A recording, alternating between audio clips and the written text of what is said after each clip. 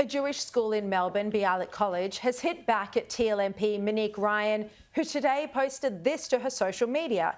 She said, "We have no greater responsibility than protecting our children. As a paediatrician, I find the human suffering in Gaza intolerable." As you know, she sadly replaced Josh Frydenberg in the seat of Kooyong.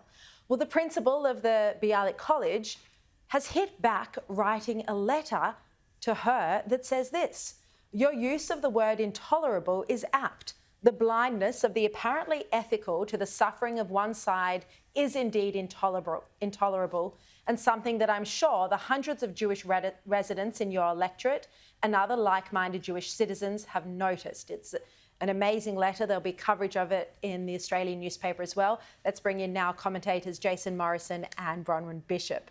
Bronwyn, how sad is it that you have someone who's barely posted anything about the terror attacks in Israel, but posts today about this one side? The thing that appalls me, Sharri, is that I thought after the end of World War II that the hideousness of anti-Semitism was at an end. But it has been like a river that has flowed out of Germany, it flowed into Egypt and knocked the scab off. And what comes out is the pus of the sore of anti-Semitism. And that's what that letter is saying.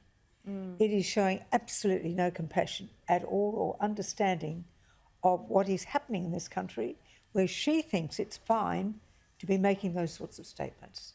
Monique Ryan, in the answer that the principal gave, she is showing that Monique Ryan has not even looked at the issues that count. She hasn't looked at what was done in that October raid with the murder of all those Jewish people, taking of 200 hostages.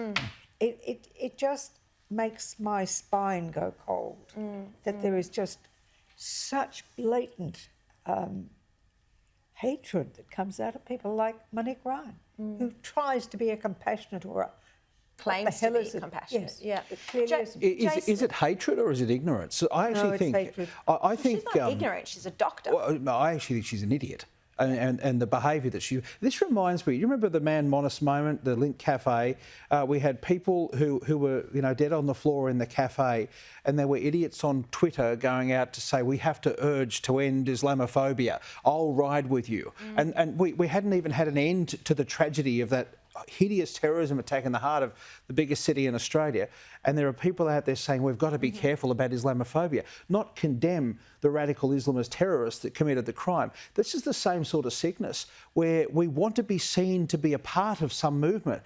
And the idiot you're talking about, who replaced Josh Frydenberg, this is her moment of moral gesturing to be able to show people that, she's a... This is the side I'm a doctor, I know, I'm better than you, I have a better insight. Look, I want to ask you that Anthony Albanese has said that they're bringing home, or they want to bring home, 88 Australian citizens or residents or relatives of Australians who are have been living in Gaza.